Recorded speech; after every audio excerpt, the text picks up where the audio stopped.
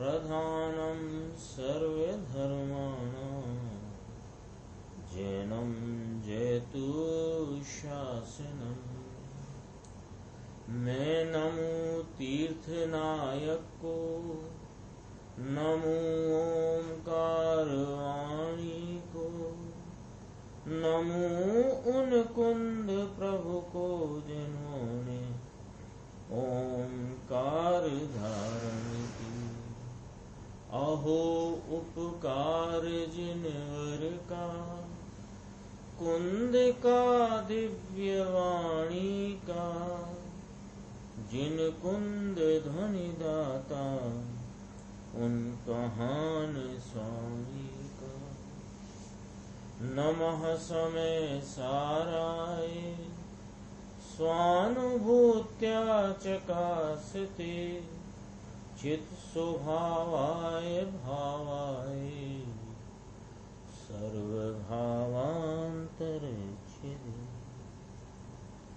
श्री समयसार जी परमागम ग्रंथ है। इसके परिशिष्ट में टीकाकार आचार्य अमृतचंद्र भगवान ने जो 47 शक्तियों का अधिकार निरूपण किया, उसमें अपनी विरुद्ध धर्मत्व शक्ति की चर्चा चल रही थी। विरुद्ध धर्मत्व शक्ति यानी आत्मा में एक ऐसी शक्ति है कि वह तद्रूपता और अतद्रूपमयता दोनों विरुद्ध धर्मों को एक साथ धारण करने की ऐसी शक्ति आत्मा की है। यानी आत्मा अपने ज्ञायक स्वभाव से त्रिकाल तद्रूप है। ज्ञान, आनंद, सुख, चारित्र, वीर्य ऐसे स्वभाव से, ऐसे भाव से त्रिकाल तद्रूप है, उस रूप है।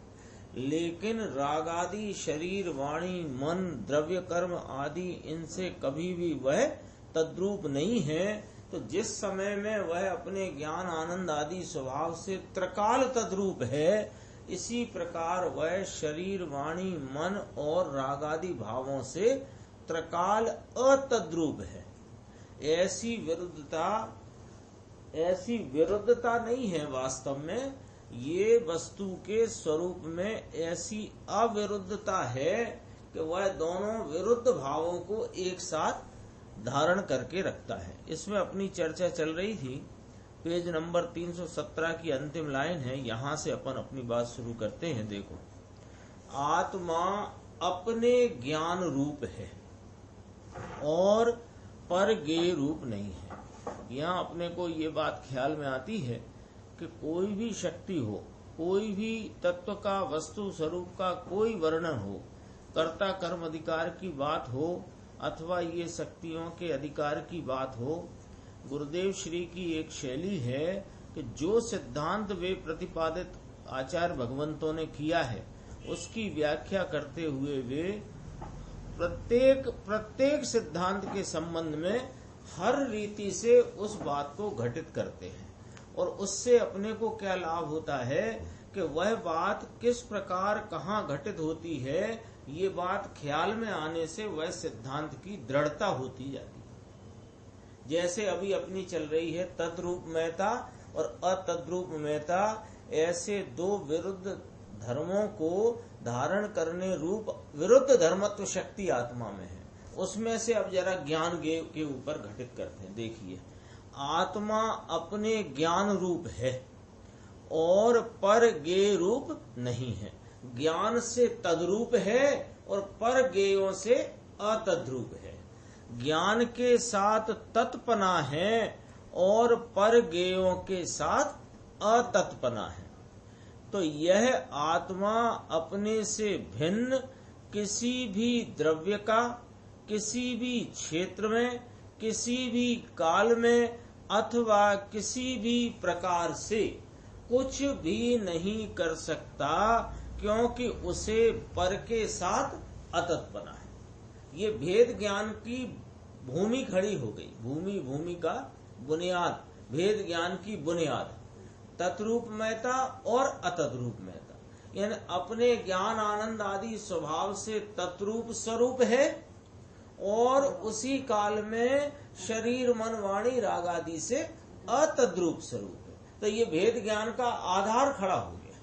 कि मैं जिससे तद्रूप हूं वो मैं हूं और जिससे मैं अतद्रूप हूं वो मैं नहीं हूं। तो सीधा सीधा यहाँ वेद ज्ञान का आधार है और उसमें पर का कर्तृत्व भी छूटता है और पर से एकत्व भी छूटता है। देखो, कोई यह आत्मा अपने से भिन्न किसी द्रव्य, किसी क्षेत्र, किसी काल, किसी प्रकार से कुछ भी नहीं कर सकता, क्योंकि उसका पर के साथ अतत्पना है। बस सबको तलाक हो गया, कोई अब संबंध नहीं। अनादि से मैंने शरीर, मन, वाणी, द्रव्य कर्म और उनके लक्ष्य से होते भाव कर्मों से अपने को एकत्व स्वरूप जाना माना था, लेकिन विरुद्ध धर्मत्व शक्ति का स्वरूप ख्याल में लेकर मैंने ऐसे विरुद्ध धर्मत्व शक्ति स्वरूप आत्मा को लक्ष्य में लिया तो तलाक हो गया। एक स्वय तत्व का ही अवलंबन रहा। आत्मा और पर वस्तु, शरीर आदि कभी क्षेत्र से भी इकट्ठे नहीं है। तो साहब है तो एक क्षेत्र अवगाह कहा जाता है, शास्त्रों में भी लिखा है शरीर और आत्मा का एक क्षेत्र अवगाह संबंध है। तो देखो, पहली बात तो ये है कि संबंध शब्द कहकर के दो का बोध कराया है, शरीर और आत्मा। अब दो का बोध हुआ तो दो के चतुष्टय भिन्न भिन्न हुए कि ना हुए? स्वय द्रव्य, स्वय क्षेत्र, स्वय काल भाव से दोनों न्यारे हुए। तो दो का क्षेत्र एक हो जाए, ये पहले ही बात खत्म हो गई। एक क्षेत्र अवगाह संबंध कहते ही यह बात खत्म हो गई कि आत्मा और शरीर का एक क्षेत्र है। क्योंकि एक क्षेत्र कब कहा? एक क्षेत्र अवगाह कहा कि आकाश के समान क्षेत्र में जिसमें आत्मा स्वय क्षेत्र से है, उसी में शरीर स्वय क्षेत्र से। ये भी अपने को गुरुदेव ने सिखाया पढ़ना, नहीं तो कौन समझता था। निमित्त की चर्चा जो शास्त्र में पढ़ी और उसे यथार्थ मान करके अपन समझते थे। सबका स्वय क्षेत्र भिन्न भिन्न है। आत्मा को अपने असंख्य प्रदेशों रूपी स्वय क्षेत्र से सतपना है और शरीर आदि के प्रदेशों रूप पर क्षेत्र से असतपना है। दोनों कभी एक रूप से इकट्ठे नहीं हुए हैं। सदैव भिन्न भिन्न, देखो क्या शब्द डला है, सदैव भिन्न भिन्न द्वित्व रूप से ही रहे। द्वित्व रूप माने दो पने ही रहे, कभी एक पना ना हुआ। तो फिर कोई किसी का क्या कर सकता है? देखो, एक तत्रूपता और अतद्रूपता के विरुद्ध धर्मों को एक साथ धारण करने स्वरूप विरुद्ध धर्मत्व शक्ति से भेद ज्ञान की ऐसी बुनियाद खड़ी हो गई कि मैं अपने स्वभाव से तद्रूप हूं और शरीर, मन, वाणी आदि पर भावों, पर द्रव्यों से अतद्रूप हूं। इस भूमिका में सीधा सीधा काम हो गया कि जो अनादि से पर से एकत्व माना था वो टूटा और पर में कर्तृत्व बुद्धि थी वो टूटी। तो कर्तृत्व बुद्धि टूटते कौन सी बुद्धि जन्म लेती है? ज्ञातृत्व बुद्धि, ज्ञाता बुद्धि। देखो, इसी न्याय से आत्मा तथा कर्म का भी परस्पर अतत्पना समझना अपने शरीर आदि से समझाया। तो जैसे शरीर आदि की स्थिति है, ऐसी द्रव्य कर्म की है। अपने स्वय धर्मों से बाहर निकलकर आत्मा कभी कर्म रूप हुआ ही नहीं है और ना ही कर्म आत्मा के स्वरूप में आए हैं। तो फिर वे आत्मा का क्या कर सकते हैं? तो धीरे धीरे बात चल रही है ना। राग आदि को तो अपन साथ में बात में ले लेते हैं, पर यहाँ अभी 3 स्टेप में बात करी, शरीर, द्रव्य कर्म और भाव कर्म। तो अभी शरीर की बात ये बताई अपने को। अभी ये दिखता है ना, ये दिख रहा है ये शरीर। तो ये शरीर और आत्मा क्या एक क्षेत्र में रहे हैं कि नहीं? एक क्षेत्र अवगाह पने अपने अपने क्षेत्र में रहे और अपने अपने क्षेत्र में रहकर दोनों के चतुष्टय भिन्न। चतुष्टय माने किसी भी वस्तु के सत्ता के 4 भाव नक्की करते हैं। द्रव्य, क्षेत्र, काल और भाव। तो आत्मा अपने स्वद्रव्य क्षेत्र काल भाव स्वरूप है और शरीर अपने स्वद्रव्य क्षेत्र काल भाव स्वरूप। दोनों एक हुए नहीं, दोनों एक दूसरे का कुछ कर सकते नहीं। इसी प्रकार वो कर्म का समझना, आत्मा और कर्म के बीच का। तो कहा कर्म आत्मा रूप कभी हुए नहीं, आत्मा कर्म रूप कभी हुआ नहीं। तो थोड़ा विचार करो और यह निर्णय थोड़ा करके दृढ़ करो। क्या निर्णय दृढ़ करो कि जैसे यह आत्मा ये उंगली को हिला सकता नहीं। कल पंडित जी का चल रहा था वीरेंद्र कुमार जी कि वो कुम्हार घड़ा बना सकता नहीं। हाँ, तो कुम्हार का नाश हो जाना चाहिए। तो कुम्हार का निमित्त संबंध तो है कि नहीं, कुम्हार का योग उपयोग। तो योग उपयोग रूप परिणमन तो यहाँ है। इच्छा रूप भाव की मुट्ठी बंद, मुट्ठी खोल, मुट्ठी बंद, मुट्ठी खोल। तो उस समय में उस जाति का विकल्प और वहां पर आत्म प्रदेशों का उस प्रकार का हलन चलन, ये तो आत्मा के खाते में रखो अभी। लेकिन ये मुट्ठी में जो उंगलियों का इस प्रकार मुड़ना और इस प्रकार खुलना, ये कार्य आत्मा नहीं कर सकता। तो नक्की करो कि शरीर की कोई क्रिया आत्मा कर सकता नहीं और शरीर आत्मा की कोई क्रिया कर सकता नहीं। इसी प्रकार कर्म जो हैं ज्ञानावरणी, दर्शनावरणी आदि, वे उनको भी यह आत्मा कर नहीं सकता। क्योंकि यदि आत्मा उन्हें करे तो आत्मा को कर्म होना पड़ेगा। ठीक है ना। तो वो चर्चा 99 गाथा की कल चली थी। कर्ता कर्म अधिकार की एकदम मूल गाथाएं हैं वो। अब यहाँ कहा कि न कर्म आत्मा के स्वरूप में आए, न आत्मा कभी कर्म रूप हुआ। तो फिर आत्मा का कर्म क्या कर सकते हैं, बस ये निर्णय करना। तो साहब वो ऐसा उदय आएगा तो मिथ्यात्व का और दर्शन मोहिनी का और ज्ञानावरणी का ऐसा उदय आया है कि हम याद ही नहीं रहता है। याद नहीं रहता है कि रहता है वो तेरे ज्ञान की तत्संबंधी तत्क्षण की योग्यता है। ज्ञानावरणी का उसमें कोई कार्यक्रम नहीं है। तो यहां फिर प्रश्न हो गया, क्या साहब कर्म है ही नहीं? तो कहा ऐसा कौन कहता है कि कर्म नहीं है? कर्म तो कर्म में है किंतु आत्मा में नहीं है। ये तद्रूप परे और अद्रूप अतद्रूप महता और तद्रूप महता से सिद्ध होती है बात। कर्म से तद्रूप है। हाँ, कर्म कर्म में तद्रूप है, मुझसे अतद्रूप है। तो कर्म तो कर्म में है किंतु आत्मा में नहीं है। तो जब आत्मा में जिसका अस्तित्व नहीं है वह आत्मा का क्या कर सकता है? सीधी सच्ची बात है। शक्कर है ना, शक्कर, तो शक्कर में नमक का अस्तित्व ही नहीं है। शक्कर में शक्कर का अस्तित्व है, शक्कर में नमक का अस्तित्व ही नहीं है। तो शक्कर कभी खारी हो जाएगी ऐसा आपको स्वप्न में भी आया? स्वप्न में भी ये बात नहीं आती। क्योंकि शक्कर अपने मीठे पने से तद्रूपमयता को धरती है और वही शक्कर उसी समय में खारे पने से अतद्रूप है। तो वह और उसमें तद्रूपता अतद्रूपता से सिद्ध हो गया कि शक्कर जब देखो, जब खाओ डालो तो मीठी। तो कर्म कर्म में है, कर्म आत्मा में नहीं। आत्मा में जिसका अस्तित्व नहीं है तो फिर वह आत्मा का क्या कर सकता है? प्रश्न है, विचार करो, निर्णय करो। आत्मा अपने चैतन्यमय द्रव्य गुण पर्याय के साथ एक रूप है। इतनी सी लाइन है और पूरी बात है। आत्मा कैसी है? ज्ञाता दृष्टा।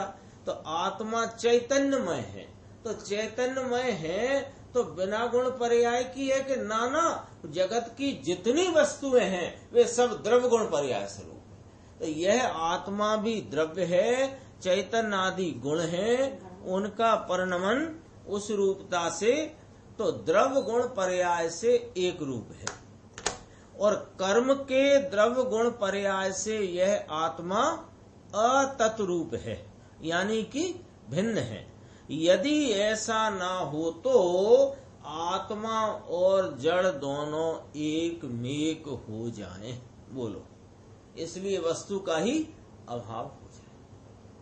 अपने घर में बहुत ऐसा काम पड़ता है, सोने चांदी के काम में भी पड़ता है, शक्कर नमक के काम में भी पड़ता है। कभी शक्कर और गेहूं दो मिल गए, नमक तो क्या बारीक होता है ना, समझ में नहीं आया, तो शक्कर और गेहूं मिल गए, तो डिब्बे में मिल गए और बच्चे ने कहा कि मुझसे भूल से गेहूं के डिब्बे में शक्कर का डब्बा उलट गया, तो बंद करना है। तो गर्मी लग रही है, बढ़ा दो।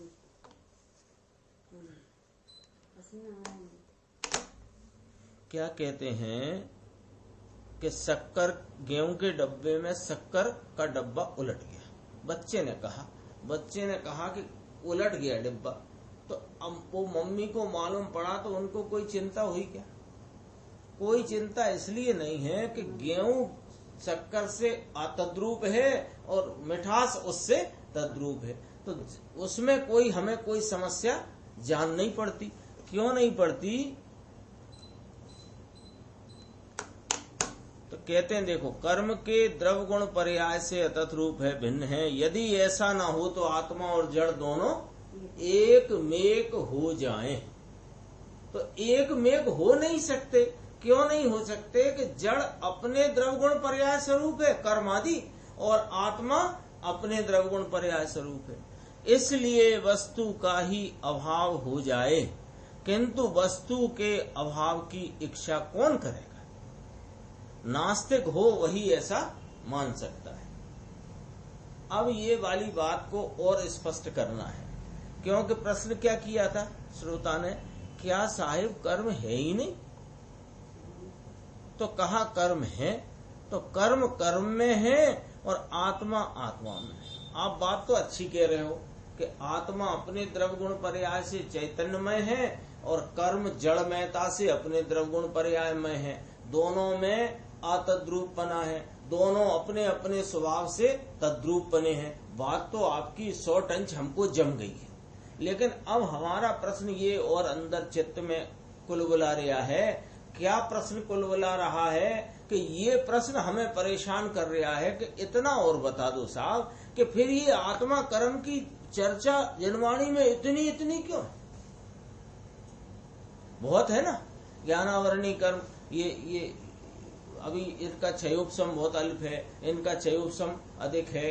कोई पर्याय त्रेंच की ऐसी हैं जहाँ क्षयोपशम का उघाड़ अत्यंत अल्प है, आदि इत्यादि प्रकार जब हमारे सामने सुनने सुनाने में आते हैं तो फिर हमको ये लगता है कर्म का कोई ना कोई कनेक्शन तो है, नहीं तो फिर इसकी यही जीव ये पर्याय में 11 अंग का पाठी, और वही जीव अगली पर्याय में या उसके कुछ पर्याय बाद अक्षर के अनंत में भाग ज्ञान रह गया। ये सब बातें कर्म का है तो सही साहब कुछ ना कुछ मामला, वो यहाँ स्पष्ट करते हैं। देखो, एक वस्तु में कार्य होते समय दूसरी वस्तु को निमित्त कहा जाता है। वह तो उस कार्य को और उसके योग्य उपस्थित अन्य वस्तु को पहचानने के लिए कहा जाता है। क्या कहा? कोई वस्तु में कार्य हुआ तो वह कोई वस्तु है, वस्तु का नक्शा बना लेते हैं अपन, ऐसे ब्लैक बोर्ड में 2 वस्तु बना लो, ठीक है ना। तो एक वस्तु का अपन क्या क्या लिखेंगे? उसका द्रव्य गुण और पर्याय, और दूसरी वस्तु का भी क्या लिखेंगे? वो द्रव्य गुण और पर्याय, ठीक है। तो अभी क्या हुआ कि एक वस्तु में कार्य हुआ, तो कार्य हुआ तो उसके द्रव्य गुण पर्याय में कौन से भाव में डाल दें? उसको पर्याय भाव में। और उसी समय दूसरी वस्तु में कार्य हुआ, क्योंकि प्रत्येक वस्तु प्रत्येक समय में किसी न किसी पर्याय से कहो या कार्य से कहो परिणमित होती है। तो ये जो दूसरी वस्तु है इसके भी पर्याय में कार्य नाम का भाव हुआ, तो उस समय में दोनों को दोनों वहां पर हैं। अब इसके कार्य में, पहली वस्तु के कार्य में, जिस कार्य को हम कार्य कह रहे हैं, उसके कार्य में कोई अन्य वस्तु का कार्य अनुकूलता दिखाई देने से उस पर उसका आरोप किया जाए तो उसे क्या कहते हैं? निमित्त कहते हैं। तो निमित्त कहने से क्या वह एक वस्तु जो जिसका द्रवगुण पर्याय अपन ने इधर लिखा है वो दूसरी वस्तु उसमें आ गई क्या?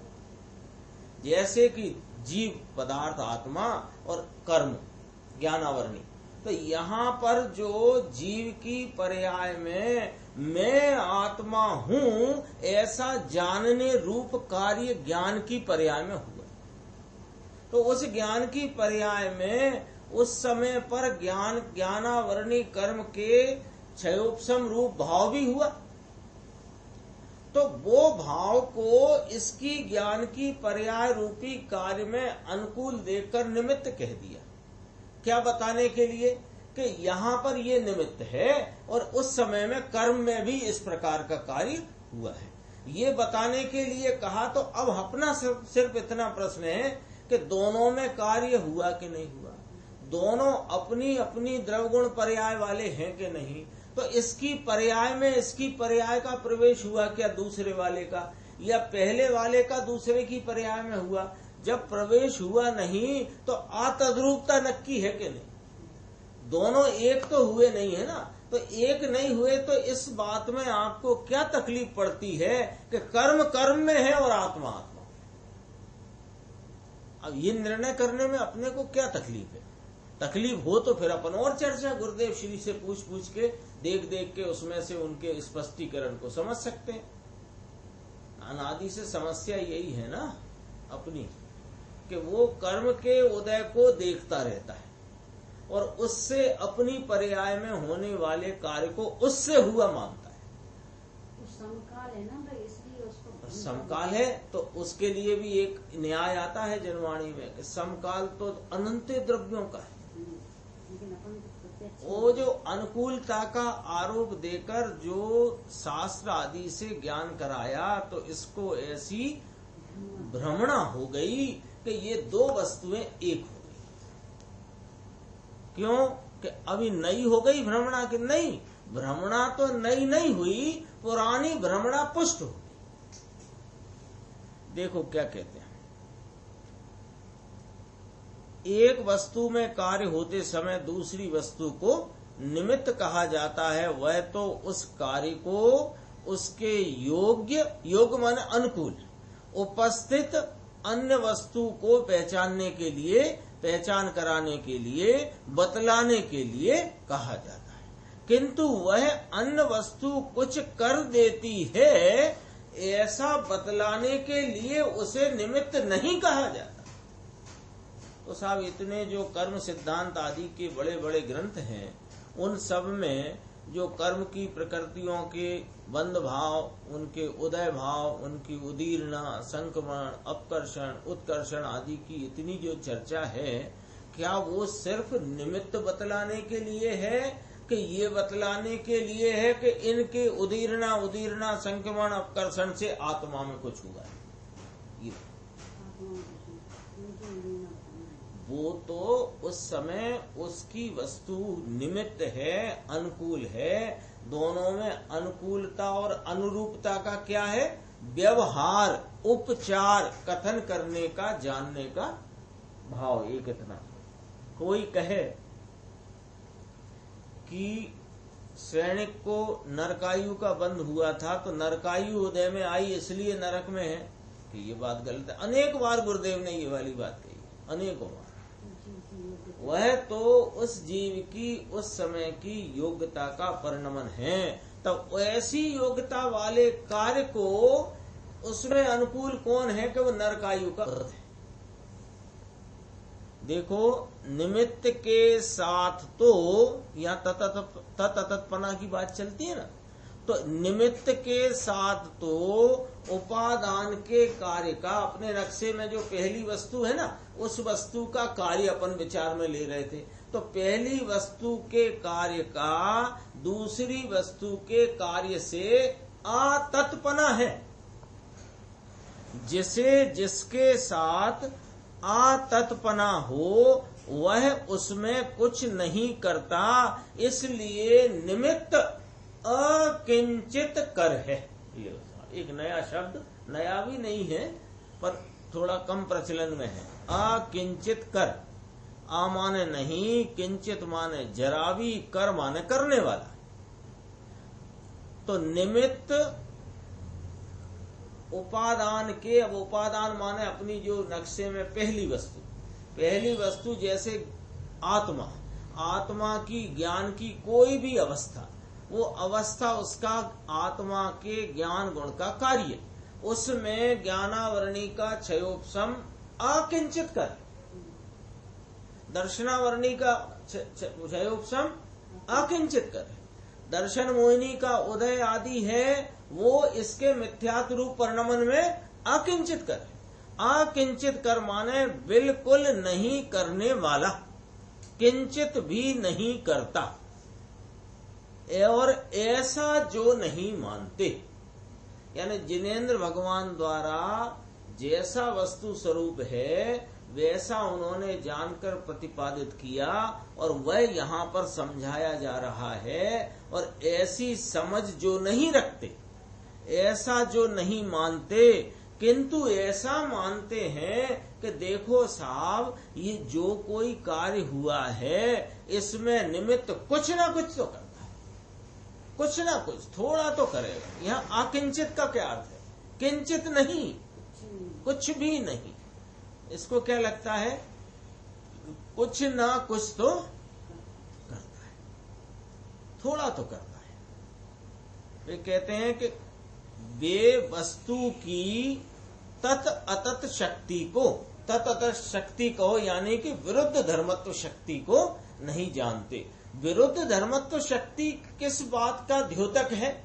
वस्तु के अनेकांत स्वरूप का, अनेकांतमय वस्तु स्वरूप को नहीं पहचानते। ताज्जुब की बात है कि जो अनेकांत का झंडा लेकर के निमित्त मिलाकर के कार्य होएगा ऐसा मानते हैं, वे वास्तव में अनेकांतवादी हैं कि मिथ्या एकांतवादी।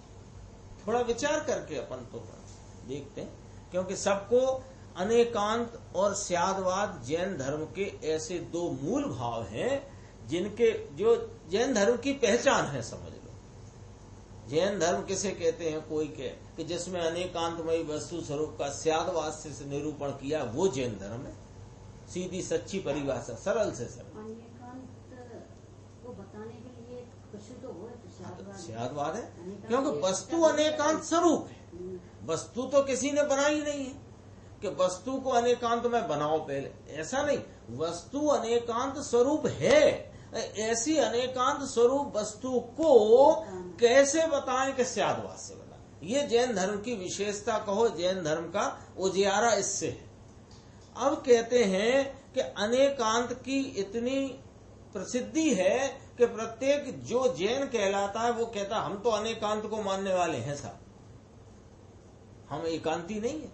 एकांती तो वे बौद्धादी है, हम तो जैन हैं, सर्वज्ञ प्रभु को मानते हैं और वीतराग प्रभु को मानते हैं, वीतराग मार्ग को मोक्ष मार्ग मानते हैं, हम तो अनेकांत में हैं। लेकिन भैया अनेकांत महता का जरा स्वरूप तो समझ चलो कि तत् अतत पना रूप विरुद्ध भाव को एक साथ धरे, इसका नाम अनेकांत।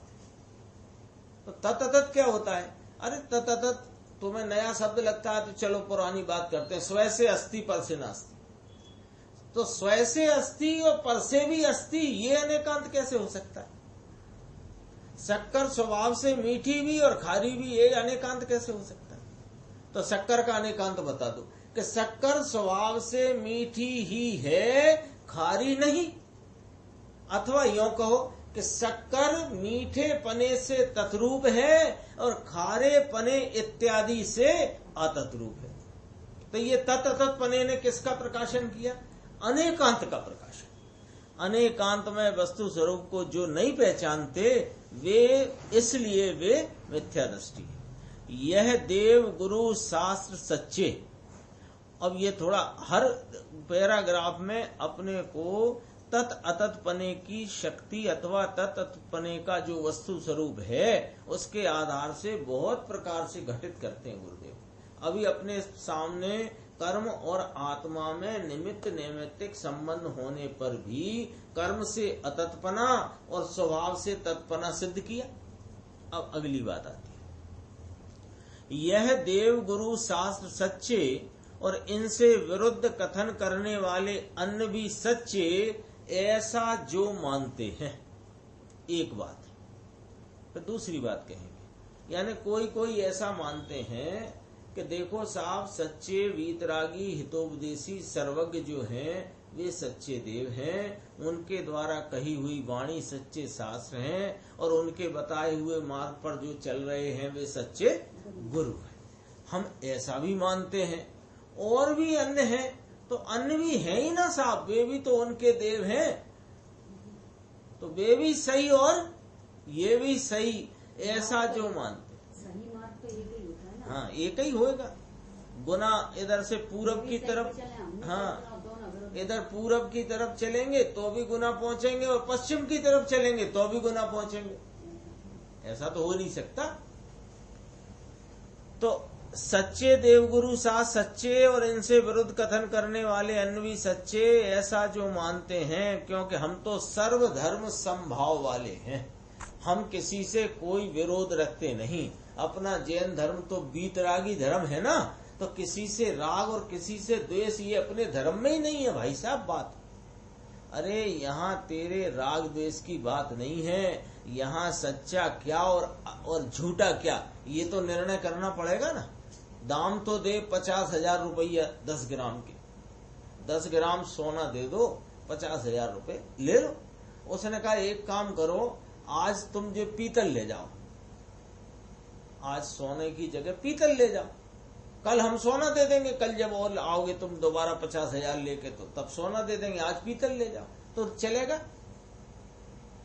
कि जो जिसमें स्वर्णत्व ही नहीं है उसके कौन 50,000 देगा 10 ग्राम के।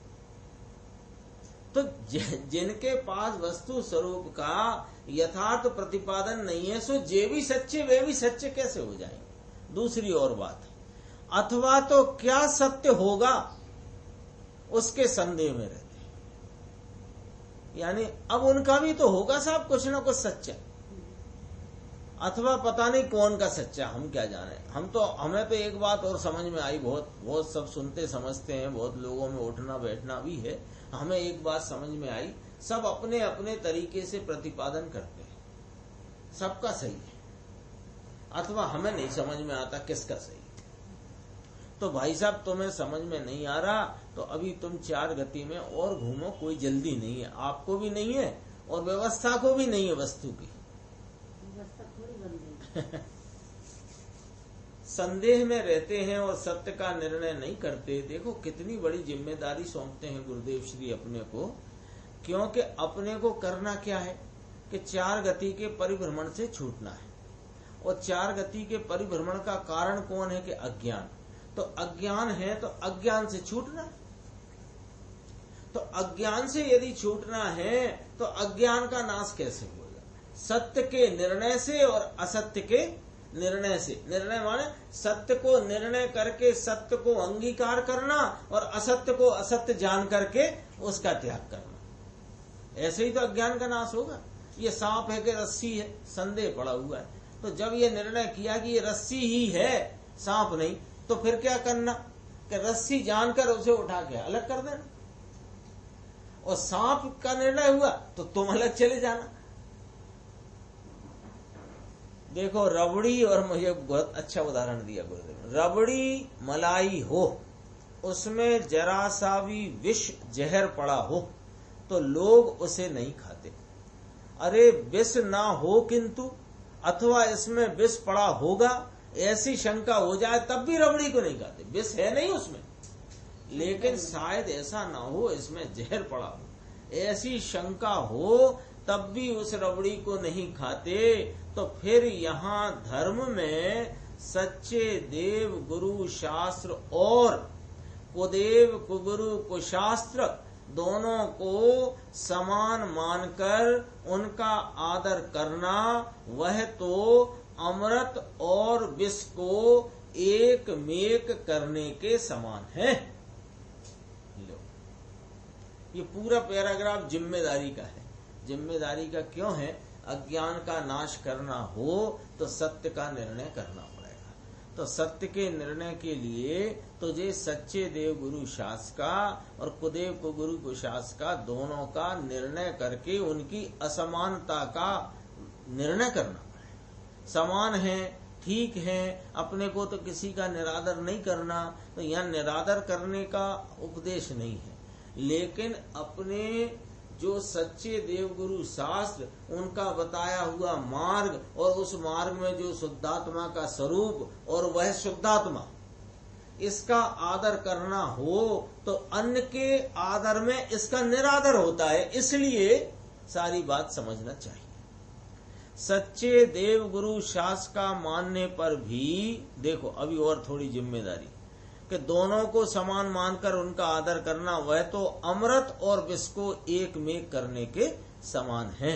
और सच्चे देव गुरु शास्त्र का मानने पर भी यदि स्वयं अपने ज्ञान में सत्य का निर्णय न करे तो सत्य का लाभ नहीं होता। यानी सच्चे निमित्त तो तुझे मिले, अभी अपन बाहर से ही बात करते हैं। सच्चे देव गुरु शास्त्र, जिनवाणी माँ जिनवाणी मिली, उसको बताने वाले गुरु मिले, सब मिले। अब निर्णय न करे इसमें सच्चाई का, वस्तु के सत्य स्वरूप का निर्णय न करे तो सत्य का लाभ ही नहीं मिलेगा, सत्य का लाभ नहीं होता। इसलिए अपने ज्ञान में सत्य असत्य का विवेक करना चाहिए। पैसे आदि की प्राप्ति तो बुद्धि के बिना पुण्य से हो जाती है, किंतु धर्म की प्राप्ति विवेक बुद्धि के बिना नहीं होती। ले साहब, जो अभी अपने प्राप्ति तो पुण्य से भी पुण्य से है, धर्म की प्राप्ति तो पुण्य से भी नहीं हुई। धर्म की प्राप्ति में पुण्य बिल्कुल सहायक नहीं है या पुण्य का कार्य नहीं है। वहाँ पर तेरा विवेक नाम भेद ज्ञान वह कार्य करेगा।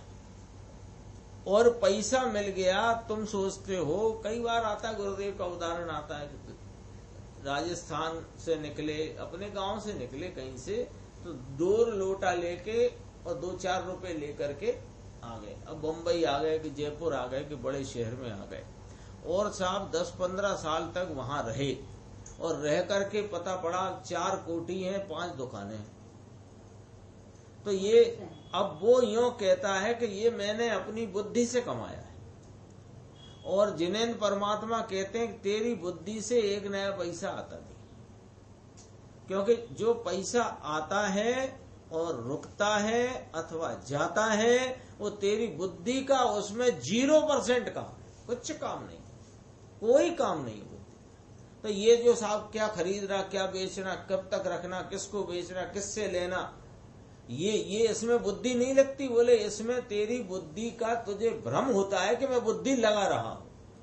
पैसा तो पुण्य के उदय से आता है। ये भले ठीक है, तुम विकल्प किया करो, आज ये माल बेचना है, आज ये खरीदना है, ये और अभी रखना है, ये नहीं रखना है, वो सब तुम विकल्प किया करो, उन विकल्पों से भी पैसा नहीं आता है। लेकिन ये धर्म है, धर्म यानी वस्तु का स्वभाव है, वस्तु के स्वभाव को जानना और उसकी प्रतीति करना, ये वाला कार्य तो बिना विवेक बुद्धि के नहीं होता। पहले बुद्धि विवेक पूर्वक उसका निर्णय करना और निर्णय करके उसमें भेद ज्ञान रूप प्रवर्तन करना। फिर देखो नीचे और कह दिया गुरुदेव ने, पुण्य के बिना पैसे की प्राप्ति नहीं होती। यदि पुण्य के फलस्वरूप पैसे के ढेर लग जाएं तो उससे आत्मा को क्या लाभ मिलता है, सो बता दो हमें। बस इतना सब पूछना चाहते हैं। ये बात सच्ची है कि पुण्य के बिना पैसा नहीं मिलता।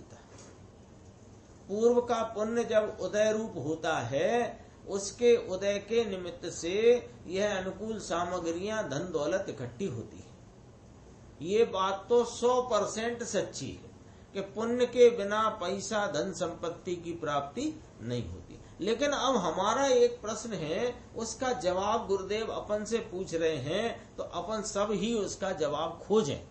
फिर चर्चा तो उसमें लिखी है सब। देखो, पुण्य के फल, पुण्य का फल आया तो पैसे के ढेर लग गए। वही लोटा डोर वाले भाई साहब के 10-12 साल में करोड़ों रुपए का ढेर हो गया। अब हम पूछते हैं कि इससे आत्मा को क्या लाभ मिल गया, ये बता। आत्मा के कोई गुण में पुष्टता हो गई, क्या क्या लाभ क्या मिल गया? आत्मा की प्रतीति हो गई, पैसा पुण्य के उदय से मिला उससे। और पैसा न मिले तो उससे आत्मा को हानि भी क्या हुई? दो प्रश्न हैं, दोनों का जवाब चाहिए। यदि किसी के पास पैसा नहीं है, यानी उसका पूर्व का पुण्य उदय रूप नहीं है, इतना पुण्य भाव कि वो उसको पैसा मिले, और कोई को बहुत है, तो उससे आत्मा को लाभ क्या और हानि क्या? ये थोड़ा विचारने का प्रश्न है। क्यों विचारने का प्रश्न है कि अभी अपन कहेंगे कि देखो साहब, पैसा होता है ना तो घर मकान कोठी बंगला कार मोटर जमीन जायदाद सब होता है ना, तो ये लाभ नहीं है क्या? तो भैया तू ये किसे लाभ है ये बता। ये इसको लाभ है, ज्यादा से ज्यादा मानोगे तो शरीर की सुख सुविधाएं जुट गई है ना, तो शरीर को लाभ है क्या आत्मा को? तो नहीं साहब, हम दोनों को लाभ है। तुम दोनों को लाभ है तो तुम दोनों एक हो के अलग अलग? शरीर और आत्मा एक है कि भिन्न भिन्न है? आत्मा को कौन सा, तुम आज चाहे सूखे चने खाओ अथवा रबड़ी में बादाम घोल घोल के खाओ, तो आत्मा को कौन सा लाभ? अरे आत्मा तो तत् अतत्पना है ना, चल रहा है इसमें। तो आत्मा तो पैसा आदि धन आदि पर वस्तुओं से भिन्न अतद्रूप है, उन रूप नहीं है। पर वस्तु उसे सुख दुख या लाभ हानि का कारण नहीं है। इसलिए भाई अब निर्णय करो, इतनी चर्चा हुई तो निर्णय करो क्या? कि जहां तेरा रूप नहीं है उस ओर न देखो, और जिसके साथ तेरी तद्रूपता है, तू उस रूप है, उस रूपता तेरी जिसमें है, ऐसे अपने स्वरूप को देखो। ऐसा कहते, जिस ओर जहां तेरा रूप नहीं है तो वहां तुम क्यों देखते हो? और जिसके साथ तेरी तद्रूपता है, कैसी तद्रूपता? त्रिकाल तद्रूपता। बोलो, ज्ञान आनंद सुख चारित्र वीर्य स्वच्छत्व प्रभुत्व विभुत्व आदि अनंत गुण है कि नहीं? इनमें तेरी तद्रूपता कब है? त्रिकाल सदैव।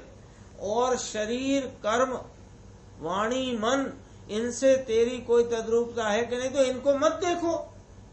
सीधा सीधा कोई निर्णय करो तो निर्णय का अनुसरण क्या करना? निर्णय तो किया, ये सांप है भाई साहब, रस्सी नहीं है। निर्णय किया और 4 आदमी को निर्णय भी सुनाया अपना, मान लो, तो उससे फायदा क्या? अब इस निर्णय का अनुसरण करना चाहिए ना। तो अनुसरण क्या करना कि भाई साहब ये सांप है रस्सी नहीं, चलो ये वाली रास्ते से निकल चलते। ऐसे ही तो करोगे। तो ये शरीर मन वाणी धन दौलत पैसा स्त्री पुत्र कुटुंब जमीन जायदाद ये तेरे रूप है नहीं। तो जब ये तेरे रूप है नहीं तो उनकी ओर न देखो, और जो तुम जिस रूप हो, ज्ञान दर्शन आनंद सुख चारित्र वीर्य, उधर देखो। कुछ निर्णय किया है तो उसका अनुसरण करना कि अखबार में छाप देना। अपने आनंद स्वरूप में तद्रूपता होने पर तुझे अपने आनंद का अनुभव होगा। इसके अतिरिक्त बाह्य में कल्पना के घोड़े दौड़ा कर वहां सुख दुख मानता है तो वह क्या है? भ्रमणा है।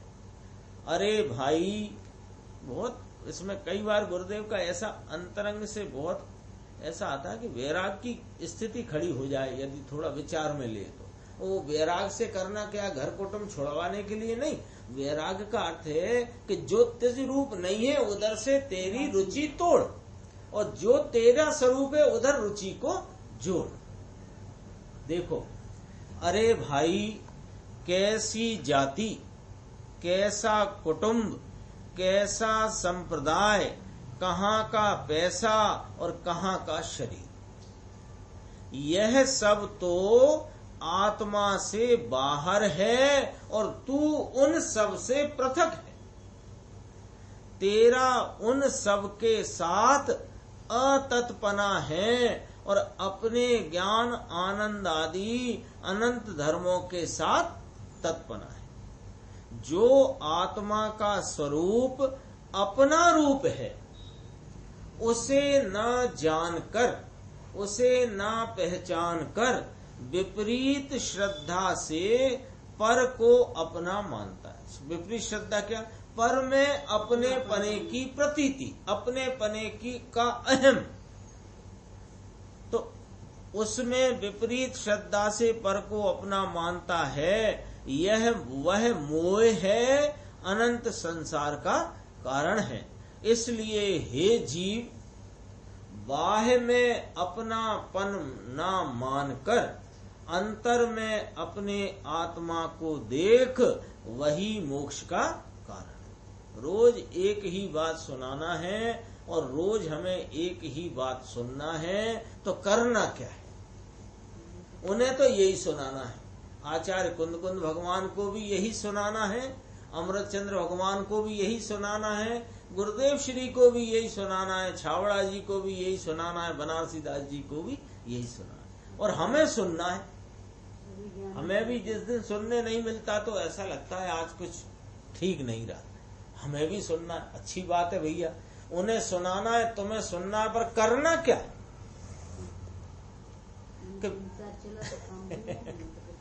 अरे वे जो सुनाते हैं और हम सुनते हैं, तो हम सुन करके क्या करना कि जो सुनाया जा रहा है उसका निर्णय करना, क्योंकि निर्णय एक साथ नहीं हो जाता। कल पंडित जी ने एक उदाहरण दिया तो याद आ गया मुझे कि एक ग्रास खाने से भूख नहीं मिट जाती है ना।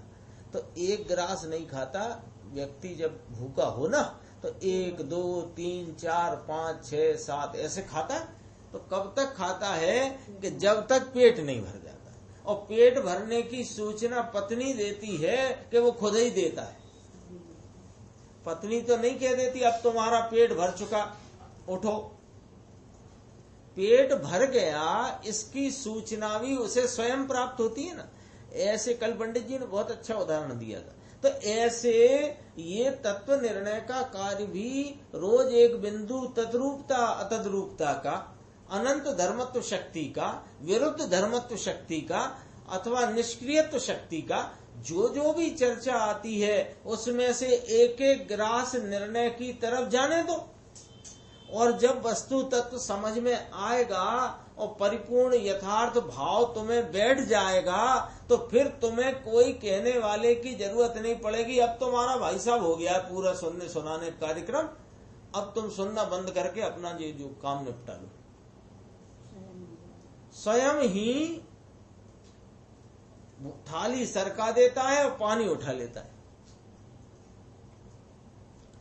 अरे मैं अपने स्वभाव के साथ तद्रूप हूं और पर के साथ अतद्रूप हूं। ऐसे स्वभाव का, वस्तु के ऐसे धर्म का, वस्तु के ऐसे स्वरूप का भान होने पर जीव की पर्याय स्वभाव में एकता रूप से परिणमित होती है।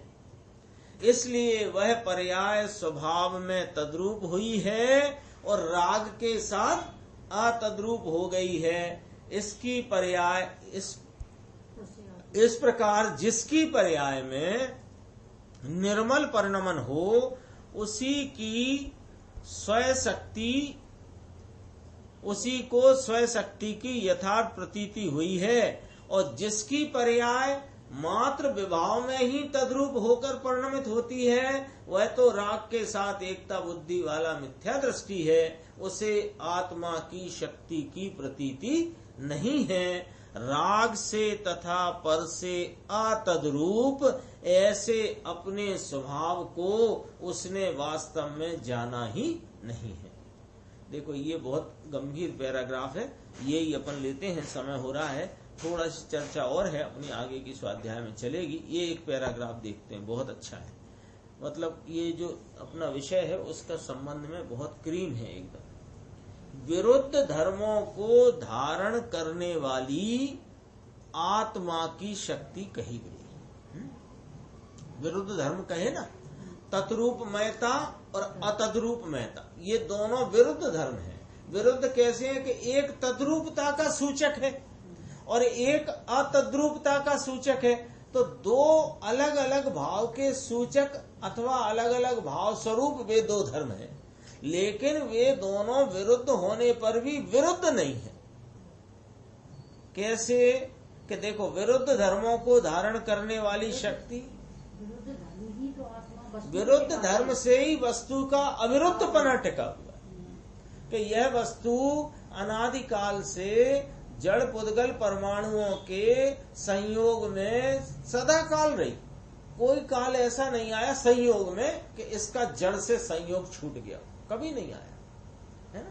वो जो विग्रह गति में भी इसके तेजस कारमाण का संग तो बना ही रहता है ना। वो एक समय भी, दो समय, तीन समय, जो भी है, तो वो कभी नहीं आया। लेकिन वह भले कभी जड़ परमाणुओं के संयोग से न छूटा हो, तथापि वह कभी जड़ रूप नहीं हो गया। ये कौन कह रहा है कि ये तद्रूपता और अतद्रूपता क्या है? विरुद्ध शक्ति। विरुद्ध धर्मों को धारण करने वाली आत्मा की शक्ति कही, उसमें विरुद्ध धर्म कहने से राग द्वेष आदि को नहीं लेना चाहिए। ये थोड़ा समझाने के लिए इसलिए गुरुदेव ने कहा, कोई ऐसे मत लेना विरुद्ध धर्म माने कि देखो साहब, आत्मा में दो विरुद्ध धर्म एक साथ पाए जाते हैं। कौन से? कि ज्ञान आनंद आदि और राग देश दुख आदि, दो ही धर्म एक साथ पाए जाते हैं। भाई साहब, ये तुम्हारा सब सत्यानाश हो गया पढ़ाई लिखाई का। क्या हो गया? इसको विरुद्ध धर्म नहीं कहते। वे स्वभाव से भिन्न विभाव हैं और उनसे आत्मा अतद्रूप है और आत्मा अपने स्वभाव से तद्रूप है, ये विरुद्ध धर्म है। विरुद्ध धर्म कहने से राग द्वेषादि को नहीं लेना चाहिए, किंतु तत् अतत् अस्ति नास्ति इत्यादि स्वभाव रूप धर्मों को लेना चाहिए। पर से नास्तिपना स्वभाव है, पर से अतत्पना स्वभाव है, रागादि से अतत्पना जीव का स्वभाव है, और रागादि वो जीव का स्वभाव नहीं है, विभाव है। ये विरुद्ध धर्मत्व शक्ति स्वभाव विभाव धर्मों को बताने वाली नहीं, मात्र स्वभाव को बताने वाली है। और स्वभाव में दो ही रूपता कैसी कही कि स्वयं से स्वभाव से तद्रूपता और पर वस्तुओं पर द्रव्यों से अतद्रूपता का स्वभाव। स्वयं से अस्ति, पर से नास्ति का स्वभाव। आत्मा में नास्ति पने का स्वभाव है कि नहीं? कि हाँ है ना। पर से नास्ति पने का त्रिकाल स्वभाव। हाँ है नहीं साहब, नास्तिपना पुद्गल का और अस्तिपना आत्मा का नहीं। नास्तिपना आत्मा का, पर से नास्तिपना ये आत्मा। अस्ति नास्ति इत्यादि स्वभाव रूप धर्मों को लेना चाहिए, अर्थात उन्हें विरुद्ध धर्म कहे। अस्ति नास्ति तत् अतत्, वे दोनों कैसे हैं? स्वभाव रूप हैं, और वे तो आत्मा में त्रिकाल हैं। राग आत्मा के स्वभाव से विरुद्ध है, इस अपेक्षा से उसे भी विरुद्ध धर्म कहा जाता है ना। विरुद्ध धर्म क्यों कहा? आत्मा का स्वभाव नहीं, इसलिए भी विरुद्ध धर्म का। लेकिन यहाँ आत्मा के स्वभाव से न्यारे सब धर्मों से मैं अतत् स्वरूप हूँ और अपने स्वभाव से तत्स्वरूप हूँ, ऐसी विरुद्धता वह विरुद्ध धर्मत्व शक्ति है और वह मेरे में त्रिकाल विद्यमान है। किंतु यहाँ जो विरुद्ध धर्म कहे हैं उनमें ये राग नहीं आएगा। राग से नास्ति पने का स्वभाव आएगा। यह विरुद्ध धर्म तो आत्मा का नित्य स्वभाव है। कौन सा? विरुद्ध धर्मत्व शक्ति आत्मा का नित्य स्वभाव है। और विरुद्ध राग को विरुद्ध कहो तो वो नित्य स्वभाव कहाँ है? वो तो एक समय का कृत्रिम क्षणिक पर्याय में उत्पन्न होता हुआ विकारी परिणाम है। इसमें शेष चर्चा है, वो अपनी आगे की स्वाध्याय में चलेगी। निज निधि निज में बताई, यह अनंत उपकार है उसके लिए जिन वाणी माँ को वंदना सतबा।